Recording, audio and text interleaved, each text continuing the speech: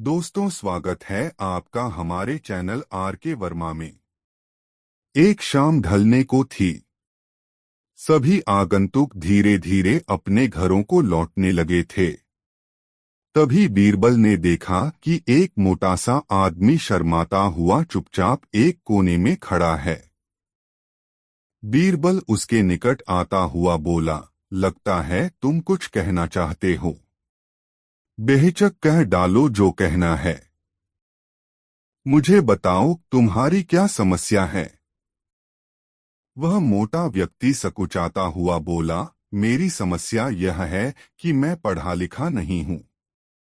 मैंने अपनी शिक्षा पर ध्यान नहीं दिया, जिसका मुझे खेद है। मैं भी समाज में सिर उठाकर सम्मान से जीना चाहता हूँ, पर अब नहीं लगता है ऐसा कभी नहीं हो पाएगा। नहीं, कोई देर नहीं, ऐसा जरूर होगा यदि तुम हिम्मत न हारो और परिश्रम करो। तुममें भी योग्यता है, बीरबल ने कहा। लेकिन ज्ञान पाने में तो सालों लग जाएंगे, मोटे आदमी ने कहा। मैं इतना इंतजार नहीं कर सकता। मैं तो यह जानना चाहता हूँ कि क्या कोई ऐसा तरीका है कि चुटकी बजाते ही प्रसिद्धि मिल जाए। प्रसिद्धि पाने का ऐसा आसान रास्ता तो कोई नहीं है, बीरबल बोला। यदि तुम वास्तव में योग्य और प्रसिद्ध कहलवाना चाहते हो तो मेहनत तो करनी ही होगी, वह भी कुछ समय के लिए। यह सुनकर मोटा आदमी सोच में डूब गया। नहीं, मुझ में इतना धैर्य नहीं है, मोटे आदमी ने कहा। मैं तो तुरंत ही प्रसिद्धि पाकर पंडित जी कहलवाना चाहता हूँ। ठीक है, बीरबल बोला, इसके लिए तो एक ही उपाय है। कल तुम बाजार में जाकर खड़े हो जाना। मेरे भेजे आदमी वहां होंगे जो तुम्हें पंडित जी कहकर पुकारेंगे। वे बार बार जोर जोर से ऐसा कहेंगे। इससे दूसरे लोगों का ध्यान इस ओर जाएगा, वे भी तुम्हें पंडित जी कहना शुरू कर देंगे। ऐसा होना स्वाभाविक भी है। लेकिन हमारा नाटक तभी सफल होगा जब तुम गुस्सा दिखाते हुए उन पर पत्थर फेंकने लगोगे या हाथ में लाठी लेकर उनको दौड़ाना होगा तुम्हें। लेकिन सतर्क रहना, गुस्से का सिर्फ दिखावा भर करना है तुम्हें। किसी को चोट नहीं पहुंचनी चाहिए। उस समय तो वह मोटा आदमी कुछ समझ नहीं पाया और घर लौट गया। अगली सुबह वह मोटा आदमी बीरबल के कहेनुसार व्यस्त बाजार में जाकर खड़ा हो गया। तभी बीरबल के भेजे आदमी वहां आ पहुंचे और तेज स्वर में कहने लगे, पंडित जी, पंडित जी, पंडित जी। मोटे आदमी ने यह सुन अपनी लाठी उठाई और भाग पड़ा उन आदमियों के पीछे, जैसे सच ही में पिटाई कर देगा। बीरबल के भेजे आदमी वहां से भाग निकले, लेकिन पंडित जी का राग अलापना उन्होंने नहीं छोड़ा। कुछ ही देर बाद आवारा लड़कों का वहां घूमता समूह पंडित जी चिल्लाता हुआ उस मोटे आदमी के पास आ धमका। बड़ा मजेदार दृश्य उपस्थित हो गया था। मोटा आदमी लोगों के पीछे दौड़ रहा था और लोग पंडित जी कहते हुए नाच गाकर चिल्ला रहे थे। अब मोटा आदमी पंडित जी के नाम से प्रसिद्ध हो गया। जब भी लोग उसे देखते तो पंडित जी कहकर ही संबोधित करते। अपनी ओर से तो लोग यह कहकर उसका मजाक उड़ाते थे कि वह उन पर पत्थर फेंकेगा या लाठी लेकर उनके पीछे दौड़ेगा। लेकिन उन्हें क्या पता था कि मोटा तो चाहता ही यही था। वह प्रसिद्ध तो होने ही लगा था। इसी तरह महीनों बीत गए। मोटा आदमी भी थक चुका था। वह यह भी समझ गया था कि लोग उसे सम्मानवश पंडित जी नहीं कहते, बल्कि ऐसा कहकर तो वे उसका उपहास करते हैं। लोग जान गए थे कि पंडित कहने से उसे गुस्सा आ जाता है। वह सोचता था कि शायद लोग मुझे पागल समझते हैं। यह सोचकर वह इतना परेशान हो गया कि फिर से बीरबल के पास जा पहुंचा। वह बोला, मैं मात्र पंडित जी कहलाना नहीं चाहता। वैसे मुझे स्वयं को पंडित कहलवाना पसंद है और कुछ समय तक यह सुनना मुझे अच्छा भी लगा। लेकिन अब मैं थक चुका हूं। लोग मेरा सम्मान नहीं करते, वो तो मेरा मजाक उड़ाते हैं। मोटे आदमी को वास्तविकता का आभास होने लगा था। मोटे आदमी को यह कहता देख बीरबल हंसता हुआ यह बोला, मैंने तो तुमसे पहले ही कह दिया था कि तुम बहुत समय तक ऐसा नहीं कर पाओगे। लोग तुम्हें वह सब कैसे कह सकते हैं जो तुम हो ही नहीं। क्या तुम उन्हें मूर्ख समझते हो? जाओ अब कुछ समय किसी दूसरे शहर में जाकर बिताओ। जब लौटो तो उन लोगों को नजरअंदाज कर देना जो तुम्हें पंडित जी कहकर पुकारें। एक अच्छे सभ्य व्यक्ति की तरह आचरण करना। शीघ्र ही लोग समझ जाएंगे कि पंडित जी कहकर तुम्हारा उपहास करने में कुछ नहीं रखा और वे ऐसा कहना छोड़ देंगे। मोटे आदमी ने बीरबल के निर्देश पर अमल किया। जब वह कुछ माह बाद दूसरे शहर से लौटकर आया तो लोगों ने उसे पंडित जी कहकर परेशान करना चाहा, लेकिन उसने कोई ध्यान न दिया। अब वह मोटा आदमी खुश था कि लोग उसे उसके असली नाम से जानने लगे हैं। वह समझ गया था कि प्रसिद्धि पाने की सरल राह कोई नहीं है। दोस्तों, इस वीडियो को लाइक जरूर कर दे। दो बादशाह अकबर एक सुबह उठते ही अपनी दाढ़ी खुजलाते हुए बोले, अरे कोई है। तुरंत एक सेवक हाजिर हुआ। उसे देखते ही बादशाह बोले, जाओ जल्दी बुलाकर लाओ, फौरन हाजिर करो। सेवक की समझ में कुछ नहीं आया कि किसे बुलाकर लाए, किसे हाजिर करें। बादशाह से पटलकर सवाल करने की तो उसकी हिम्मत ही नहीं थी। उस सेवक ने यह बात दूसरे सेवक को बताई। दूसरे ने तीसरे को और तीसरे ने चौथे को। इस तरह सभी सेवक इस बात को जान गए और सभी उलझन में पड़ गए कि किसे बुलाकर लाएं, किसे हाजिर करें। बीरबल सुबह घूमने निकले थे। उन्होंने बादशाह के निजी सेवकों को भाग दौड़ करते देखा तो समझ गए कि जरूर बादशाह ने कोई अनोखा काम बता दिया होगा जो इनकी समझ से बाहर है। उन्होंने एक सेवक को बुलाकर पूछा, क्या बात है? यह भागदौड़ किस लिए हो रही है? सेवक ने बीरबल को सारी बात बताई। महाराज, हमारी रक्षा करें। हम समझ नहीं पा रहे हैं कि किसे बुलाना है।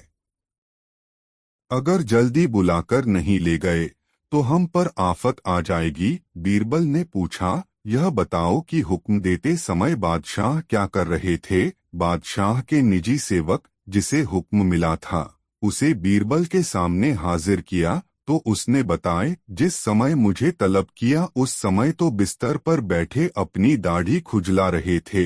बीरबल तुरंत सारी बात समझ गए और उनके होठों पर मुस्कान उभर आई। फिर उन्होंने उस सेवक से कहा, तुम हजाम को ले जाओ। सेवक हजाम को बुला लाया और उसे बादशाह के सामने हाजिर कर दिया। बादशाह सोचने लगे, मैंने इससे यह तो बताया ही नहीं था कि किसे बुलाकर लाना है। फिर यह हजाम को लेकर कैसे हाजिर हो गया? बादशाह ने सेवक से पूछा, सच बताओ। हज्जाम को तुम अपने मन से ले आए हो या किसी ने उसे ले आने का सुझाव दिया था? सेवक घबरा गया, लेकिन बताए बिना भी तो छुटकारा नहीं था। बोला, बीरबल ने सुझाव दिया था। जहां पनाह। बादशाह बीरबल की बुद्धि पर खुश हो गया। दोस्तों, वीडियो कैसा लगा कमेंट में जरूर बताएं। इस वीडियो को लाइक जरूर कर दें। एक बार बादशाह अकबर ने दरबार में पूछा, बताओ बताओ सबसे चतुर कौन कौन सी है? मुल्ला दो प्याजे तथा अन्य लोगों ने अपनी अपनी जातियों को होशियार बताया। जब बीरबल से पूछा गया तो उसने बताया, जहां पनाह सबसे चतुर बनिया होता है। बनिए से चालाक कौम कोई नहीं होती। कैसे? बादशाह ने पूछा। बनिया कभी किसी की बुराई नहीं ले सकता।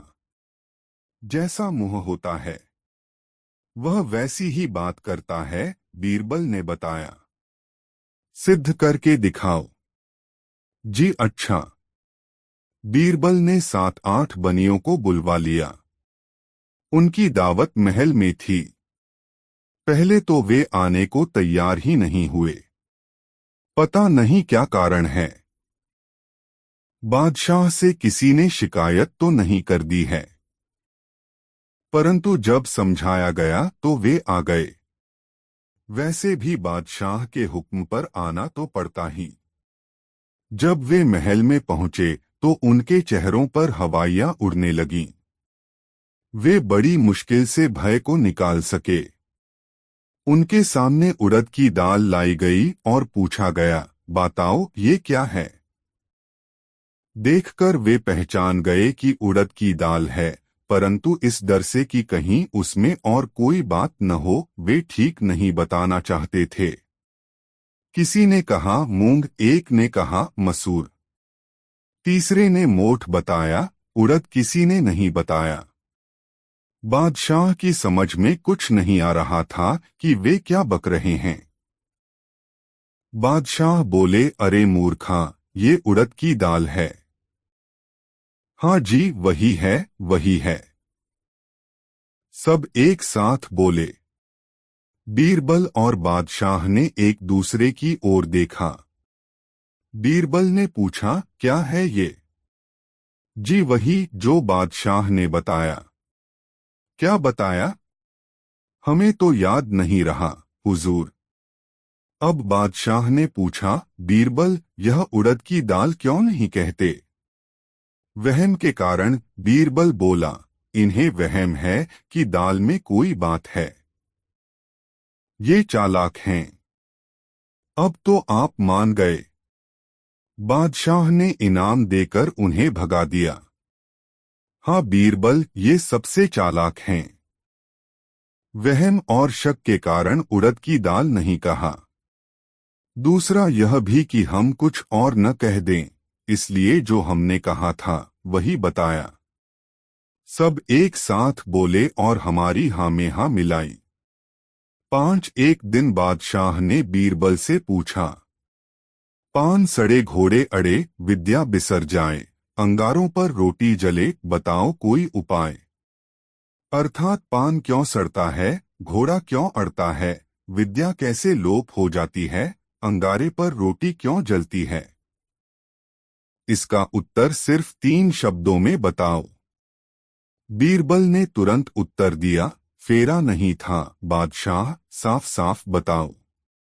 बीरबल बोले, जहांपना, पान न फेरने से सड़ जाता है, घोड़ा फेरे बिना अड़ियल हो जाता है, बिना दोहराए विद्या लोप हो जाती है, अंगारों पर फेरे बिना रोटी जलकर राख हो जाती है।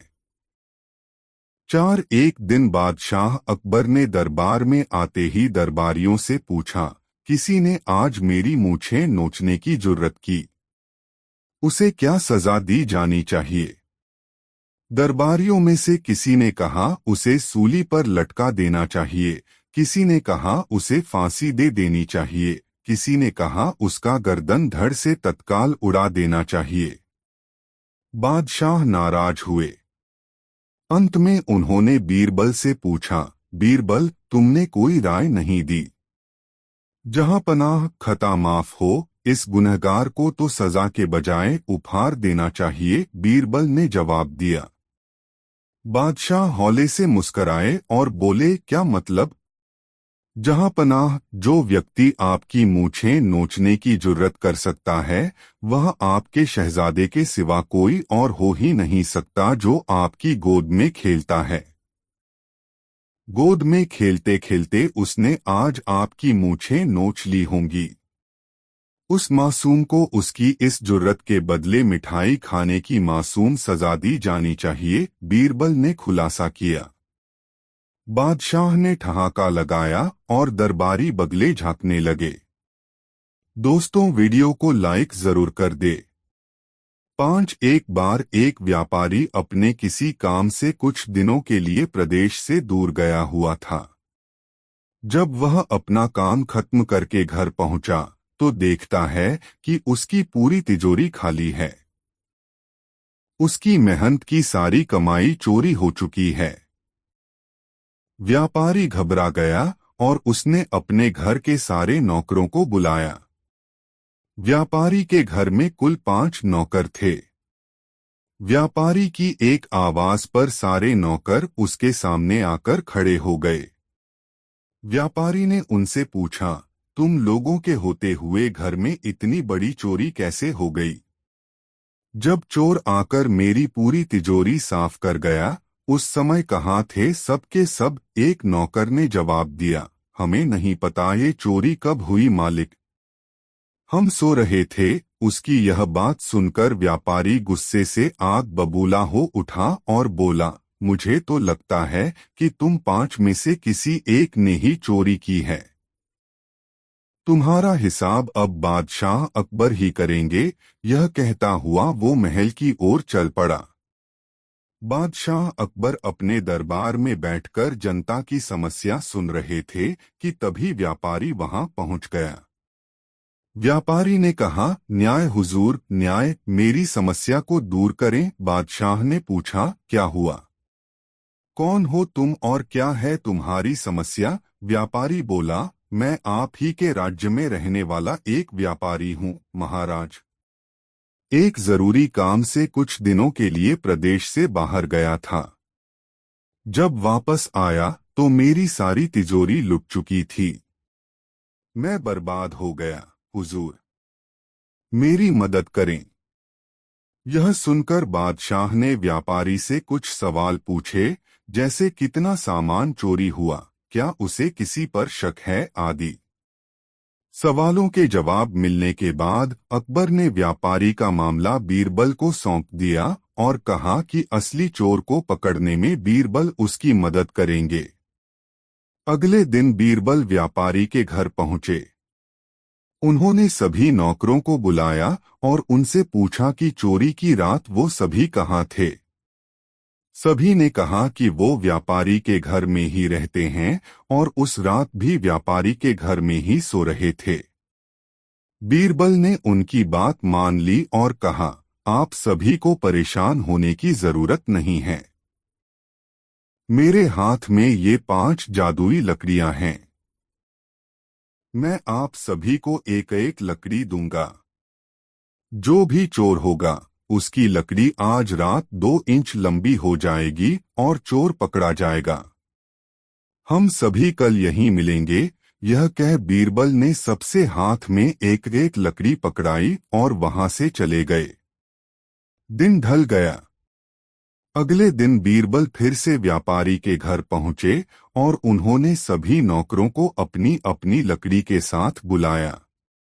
जब बीरबल ने सबकी लकड़ी देखी तो उन्होंने देखा कि एक नौकर की लकड़ी 2 इंच छोटी है। बस फिर क्या था? बीरबल ने तुरंत सिपाहियों को उस नौकर को पकड़ने का आदेश दिया। व्यापारी इस पूरी घटना को समझ नहीं पाया और असमंजस से बीरबल की तरफ देखने लगा। बीरबल ने व्यापारी को समझाया कि कोई लकड़ी जादुई नहीं थी, लेकिन चोर को इस बात का डर था कि उसकी लकड़ी 2 इंच बड़ी हो जाएगी और इस डर से उसने अपनी लकड़ी को 2 इंच काट दिया और वह पकड़ा गया। व्यापारी बीरबल की चतुराई से बहुत प्रभावित हुआ और उसका धन्यवाद किया। सीख, गलत काम चाहे जितना भी चतुराई से किया जाए, लेकिन वो सभी की नजरों में आ जाता है और उसका अंजाम हमेशा बुरा ही होता है। एक दफा शहंशाह अकबर ने घोषणा की कि यदि कोई व्यक्ति सर्दी के मौसम में नर्मदा नदी के ठंडे पानी में घुटनों तक डूबा रहकर सारी रात गुजार देगा, उसे भारी भरकम तोहफे से पुरस्कृत किया जाएगा। एक गरीब धोबी ने अपनी गरीबी दूर करने की खातिर हिम्मत की और सारी रात नदी में घुटने पानी में ठिठुरते बिताई और जहांपनाह से अपना इनाम लेने पहुंचा। बादशाह अकबर ने उससे पूछा, तुम कैसे सारी रात बिना सोए खड़े खड़े ही नदी में रात बिताए? तुम्हारे पास क्या सबूत है? धोबी ने उत्तर दिया, जहांपनाह, मैं सारी रात नदी छोर के महल के कमरे में जल रहे दीपक को देखता रहा और इस तरह जागते हुए सारी रात नदी के शीतल जल में गुजारी। बादशाह ने क्रोधित होकर कहा, तो इसका मतलब यह हुआ कि तुम महल के दिए की गर्मी लेकर सारी रात पानी में खड़े रहे और इनाम चाहते हो। सिपाहियों, इसे जेल में बंद कर दो। बीरबल भी दरबार में था। उसे यह देख बुरा लगा कि बादशाह नाहक ही उस गरीब पर जुल्म कर रहे हैं। बीरबल दूसरे दिन दरबार में हाजिर नहीं हुआ, जबकि उस दिन दरबार की एक आवश्यक बैठक थी। बादशाह ने एक खादिम को बीरबल को बुलाने भेजा। खादिम ने लौटकर जवाब दिया, बीरबल खिचड़ी पका रहे हैं और वह खिचड़ी पकते ही उसे खाकर आएंगे। जब बीरबल बहुत देर बाद भी नहीं आए तो बादशाह को बीरबल की चाल में कुछ संदेह नजर आया। वे खुद तफ्तीश करने पहुंचे। बादशाह ने देखा कि एक बहुत लंबे से डंडे पर एक घड़ा बांधकर उसे बहुत ऊंचा लटका दिया गया है और नीचे जरा सा आग जल रहा है। पास में बीरबल आराम से खटिए पर लेटे हुए हैं। बादशाह ने तमक्कर पूछा, यह क्या तमाशा है? क्या ऐसी भी खिचड़ी पकती है? बीरबल ने कहा, माफ करें जहांपनाह, जरूर पकेगी।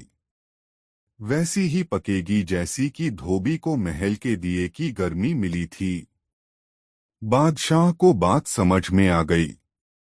उन्होंने बीरबल को गले लगाया और धोबी को रिहा करने और उसे इनाम देने का हुक्म दिया। दोस्तों, वीडियो को लाइक जरूर कर दें और कमेंट में बताएं कहानी कैसी लगी। बीरबल एक ईमानदार तथा धर्मप्रिय व्यक्ति था। वह प्रतिदिन ईश्वर की आराधना बिना नागा किया करता था। इससे उसे नैतिक व मानसिक बल प्राप्त होता था। वह अक्सर कहा करता था कि ईश्वर जो कुछ भी करता है मनुष्य के भले के लिए ही करता है। कभी कभी हमें ऐसा लगता है कि ईश्वर हम पर कृपा दृष्टि नहीं रखता, लेकिन ऐसा होता नहीं। कभी कभी तो उसके वरदान को भी लोग शाप समझने की भूल कर बैठते हैं। वह हमको थोड़ी पीड़ा इसलिए देता है ताकि बड़ी पीड़ा से बच सकें। एक दरबारी को बीरबल की ऐसी बातें पसंद न आती थीं। एक दिन वही दरबारी दरबार में बीरबल को संबोधित करता हुआ बोला, देखो ईश्वर ने मेरे साथ क्या किया। कल शाम को जब मैं जानवरों के लिए चारा काट रहा था तो अचानक मेरी छोटी उंगली कट गई। क्या अब भी तुम यही कहोगे कि ईश्वर ने मेरे लिए यह अच्छा किया है? कुछ देर चुप रहने के बाद बोला बीरबल, मेरा अब भी यही विश्वास है क्योंकि ईश्वर जो कुछ भी करता है मनुष्य के भले के लिए ही करता है। सुनकर वह दरबारी नाराज हो गया कि मेरी तो उंगली कट गई और बीरबल को इसमें भी अच्छाई नजर आ रही है। मेरी पीड़ा तो जैसे कुछ भी नहीं। कुछ अन्य दरबारियों ने भी उसके सुर में सुर मिलाया। तभी बीच में हस्तक्षेप करते हुए बादशाह अकबर बोले, बीरबल, हम भी अल्लाह पर भरोसा रखते हैं, लेकिन यहाँ तुम्हारी बात से सहमत नहीं। इस दरबारी के मामले में ऐसी कोई बात नहीं दिखाई देती जिसके लिए उसकी तारीफ की जाए। बीरबल मुस्कराता हुआ बोला, ठीक है जहांपनाह, समय ही बताएगा अब। 3 महीने बीत चुके थे। वह दरबारी, जिसकी उंगली कट गई थी, घने जंगल में शिकार खेलने निकला हुआ था।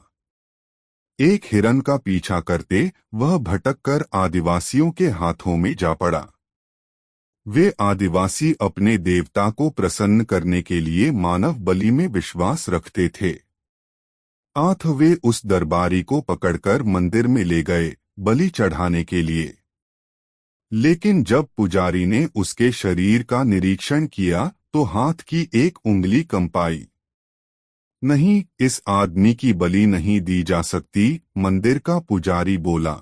यदि 9 उंगलियों वाले इस आदमी को बलि चढ़ा दिया गया तो हमारे देवता बजाय प्रसन्न होने के क्रोधित हो जाएंगे। अधूरी बलि उन्हें पसंद नहीं। हमें महामारियों, बाढ़ या सूखे का प्रकोप झेलना पड़ सकता है, इसलिए इसे छोड़ देना ही ठीक होगा। और उस दरबारी को मुक्त कर दिया गया। अगले दिन वह दरबारी दरबार में बीरबल के पास आकर रोने लगा। तभी बादशाह भी दरबार में आ पहुंचे और उस दरबारी को बीरबल के सामने रोता देखकर हैरान रह गए। तुम्हें क्या हुआ, रो क्यों रहे हो? अकबर ने सवाल किया। जवाब में उस दरबारी ने अपनी आप बीती विस्तार से कह सुनाई। वह बोला, अब मुझे विश्वास हो गया है कि ईश्वर जो कुछ भी करता है मनुष्य के भले के लिए ही करता है। यदि मेरी उंगली न कटी होती तो निश्चित ही आदिवासी मेरी बलि चढ़ा देते। इसीलिए मैं रो रहा हूं, लेकिन ये आंसू खुशी के हैं। मैं खुश हूं क्योंकि मैं जिंदा हूं। बीरबल के ईश्वर पर विश्वास को संदेह की दृष्टि से देखना मेरी भूल थी। अकबर ने मंद मंद मुस्कराते हुए दरबारियों की ओर देखा, जो सिर झुकाए चुपचाप खड़े थे। अकबर को गर्व महसूस हो रहा था कि बीरबल जैसा बुद्धिमान उसके दरबारियों में से एक है। दोस्तों, वीडियो कैसा लगा कमेंट में जरूर बताएं। 4 एक रात सोते समय बादशाह अकबर ने यह अजीब सपना देखा कि केवल एक छोड़कर उनके बाकी सभी दांत गिर गए हैं। फिर अगले दिन उन्होंने देश भर के विख्यात ज्योतिषियों व नुजूमियों को बुला भेजा और उन्हें अपने सपने के बारे में बताकर उसका मतलब जानना चाहा। सभी ने आपस में विचार विमर्श किया और एक मत होकर बादशाह से कहा, जहां पनाह, इसका अर्थ यह है कि आपके सारे नाते रिश्तेदार आपसे पहले ही मर जाएंगे। यह सुनकर अकबर को बेहद क्रोध हो आया और उन्होंने सभी ज्योतिषियों को दरबार से चले जाने को कहा। उनके जाने के बाद बादशाह ने बीरबल से अपने सपने का मतलब बताने को कहा। कुछ देर तक तो बीरबल सोच में डूबा रहा, फिर बोला, हुजूर, आपके सपने का मतलब तो बहुत ही शुभ है। इसका अर्थ है कि अपने नाते रिश्तेदारों के बीच आप ही सबसे अधिक समय तक जीवित रहेंगे। बीरबल की बात सुनकर बादशाह बेहद प्रसन्न हुए। बीरबल ने भी वही कहा था जो ज्योतिषियों ने, लेकिन कहने में अंतर था। बादशाह ने बीरबल को इनाम देकर विदा किया। दोस्तों, इस वीडियो को लाइक जरूर कर दें। 4 बीरबल एक ईमानदार तथा धर्मप्रिय व्यक्ति था। वह प्रतिदिन ईश्वर की आराधना बिना नागा किया करता था। इससे उसे नैतिक व मानसिक बल प्राप्त होता था।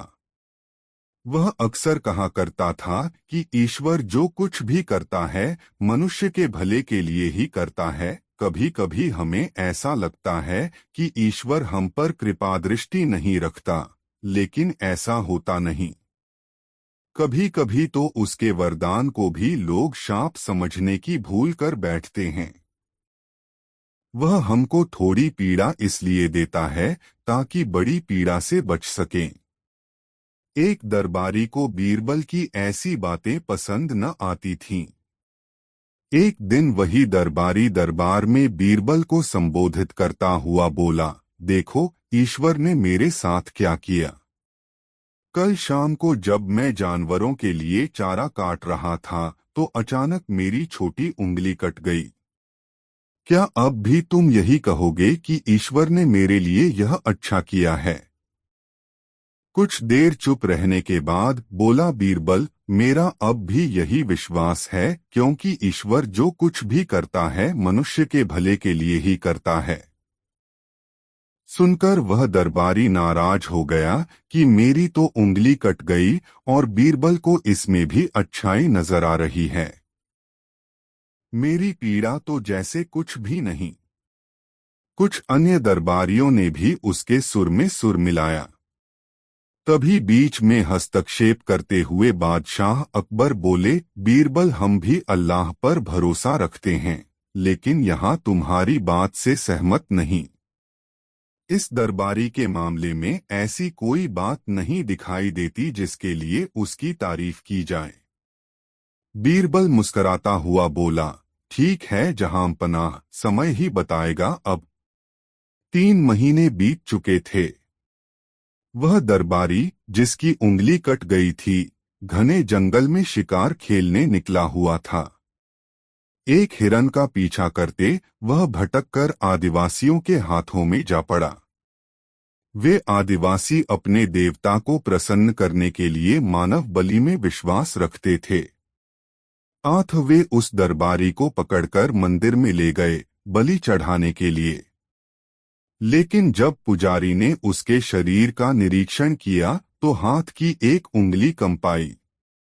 नहीं, इस आदमी की बलि नहीं दी जा सकती। मंदिर का पुजारी बोला, यदि 9 उंगलियों वाले इस आदमी को बलि चढ़ा दिया गया तो हमारे देवता बजाय प्रसन्न होने के क्रोधित हो जाएंगे। अधूरी बलि उन्हें पसंद नहीं। हमें महामारियों, बाढ़ या सूखे का प्रकोप झेलना पड़ सकता है, इसलिए इसे छोड़ देना ही ठीक होगा। और उस दरबारी को मुक्त कर दिया गया।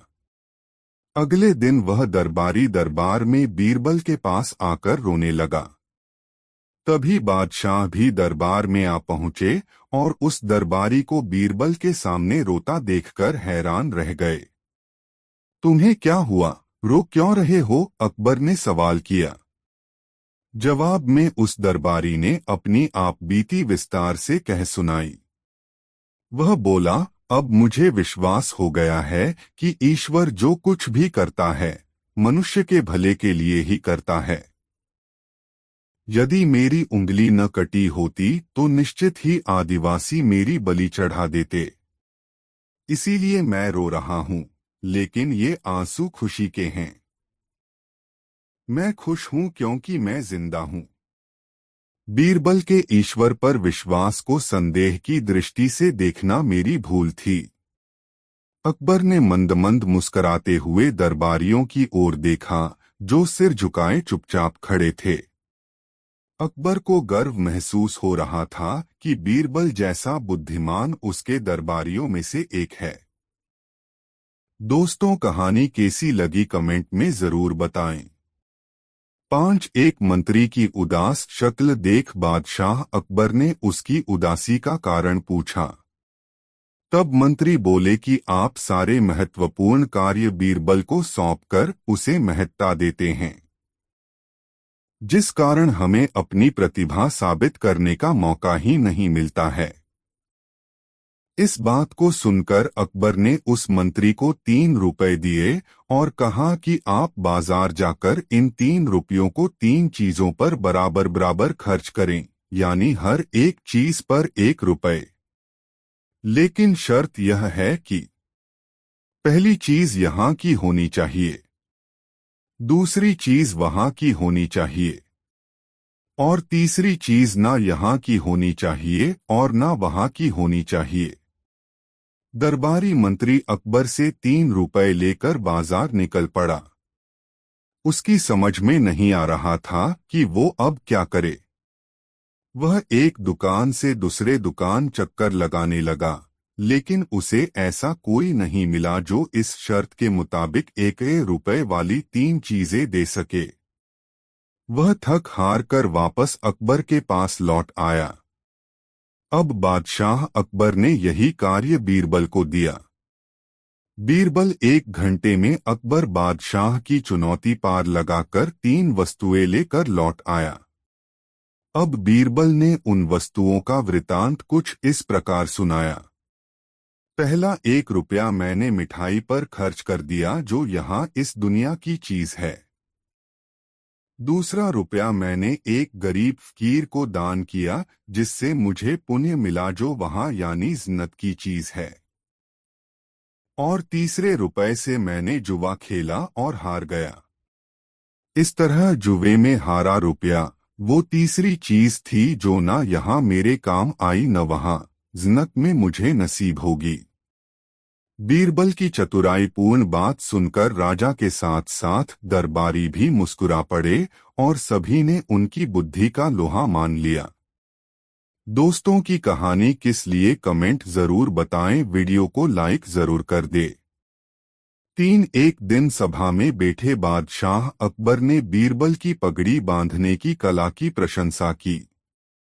उसी सभा में मुल्ला दोप्याजा बादशाह का एक मुहल्गा सरदार था। वह बीरबल की प्रशंसा बादशाह से न सुन सका।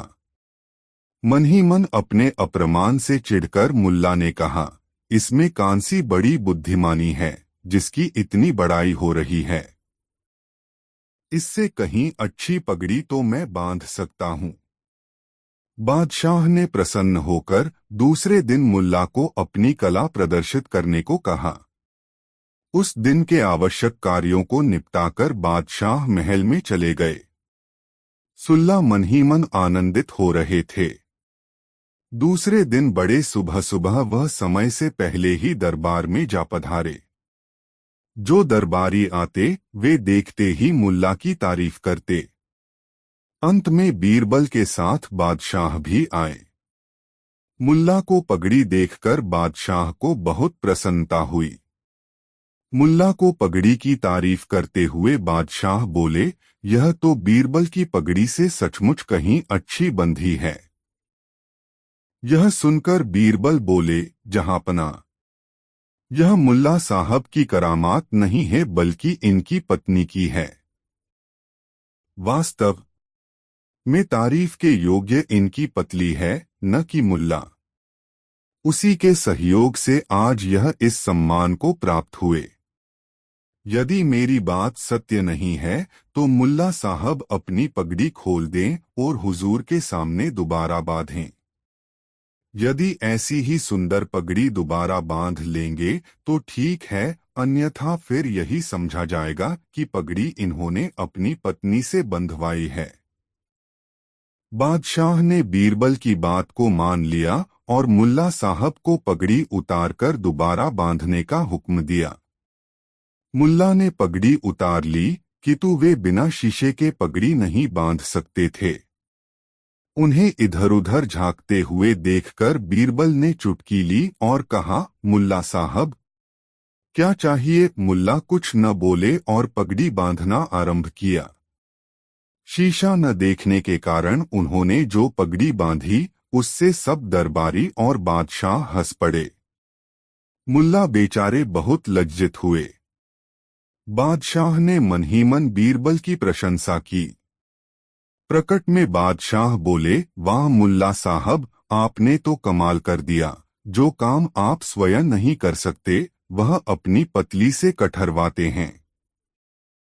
6 दरबार के दूसरे लोग बीरबल से जलते तो थे ही, वे ऐसे अवसर की प्रतीक्षा करते रहते थे कि कब बादशाह को बीरबल के खिलाफ भड़काए।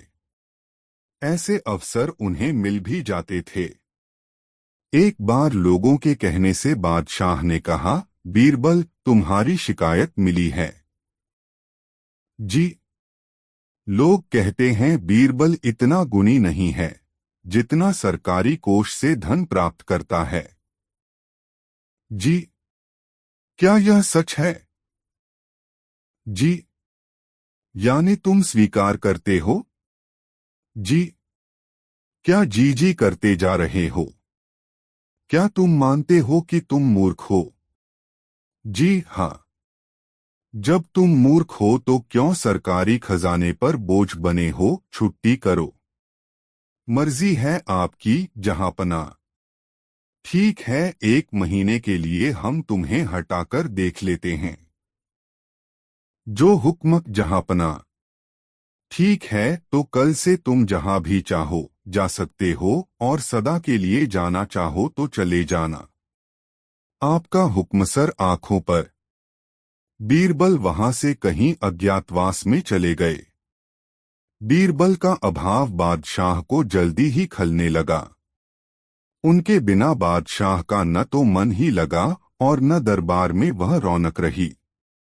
दरबार में बहुत से फैसले गलत होने लगे। हास्य की जो गंगा बहती थी वह भी सूख गई। बादशाह उदास रहने लगे। उन्होंने बीरबल को ढूंढना शुरू कर दिया, परंतु उसे ढूंढा न जा सका। बादशाह ने उसे ढूंढने की एक तरकीब निकाली। उन्होंने ऐलान किया कि उनके राज्य के लोग अपने साथ आधी धूप आधी छाव लेकर अपने अपने क्षेत्र के सदर मुकाम पर पहुंचें।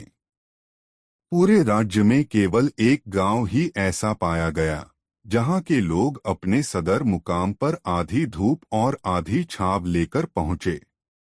वे लोग अपने अपने सिर पर ऐसी चारपाइयां उठाए हुए थे जो इस तरह बुनी थीं कि उनमें बड़े बड़े छिद्र थे। उनकी परछाई में धूप का भाग भी था। बादशाह को अपनी सूझ से आंशिक सफलता मिली। उन्हें विश्वास हो गया कि इस गांव में कोई बुद्धिमान व्यक्ति रहता है। अपनी बात की पुष्टि के लिए उन्होंने कहलवा भेजा कि उस गाज़व के सभी कुओं की दावत बादशाह के महल में है। सब कुएं महल में आए। गांव वालों ने दावत में अपने कुएं न भेजे तो सजा दी जाएगी। गांव वाले घबरा गए, परंतु उस गांव में तो बीरबल था। गांव वालों ने उनसे इसका उपाय पूछा। बीरबल ने कहा, चिंता मत करो, यह कठिन नहीं है। क्या किया जाए? बादशाह का आदेश है कि कुएं दावत में न भेजे तो सजा दी जाएगी। आप कहते हैं कठिन प्रश्न नहीं है। आसान बात है, घबराए नहीं। तो बताइए ना। बादशाह के पास खबर भेज दो कि दावत में आने के लिए हमारे सब कुएं सहमत हैं, मगर उन्होंने एक शर्त लगाई है। हमारे कुएं तभी उस दावत में आएंगे जब उन्हें बुलाने के लिए बादशाह के महल का कुआं आएगा। वे आदमी के साथ या अकेले नहीं आएंगे। वे भी इज्जतदार कुएं हैं। बादशाह को अब संदेह न रहा कि उस गांव में बीरबल मौजूद है। उन्होंने पत्र भेजकर बीरबल को बुला लिया। बादशाह प्रसन्न हो गए। वे बीरबल के बिना बहुत परेशान हो रहे थे। दोस्तों, कहानी कैसी लगी कमेंट में जरूर बताएं। साथ बादशाह ने एक दिन पूछा, सबसे कृतज्ञ कौन और सबसे कृतघ्न कौन है? बीरबल ने कहा, इसका उत्तर मैं दरबार में दूंगा। कई दिनों के बाद बीरबल दरबार में 2 प्राणियों को लाया। उनमें एक कुत्ता था और दूसरा जमाई। बादशाह ने पूछा, ये कौन हैं? और यह कुत्ता क्यों लाए हो? बीरबल ने उत्तर दिया, जहाँपना, एक कृतज्ञ है और दूसरा कृतघ्न है। मतलब समझाओ। ये कुत्ता वफादार है, स्वामी भक्त और कृतज्ञ है। इसे गलती पर मारा पीटा जा सकता है, तब भी कुछ देर बाद दुम हिलाएगा, आपके हाथ चाटेगा। यह बड़ा कृतज्ञ होता है। दूसरा यह जमाई है। इसे बेटी दे दो, सब कुछ दे दो, परंतु इसे सब्र या संतोष नहीं होता, तब भी अकड़ा रहेगा। यह कृतघ्न होता है। बादशाह को क्रोध आ गया।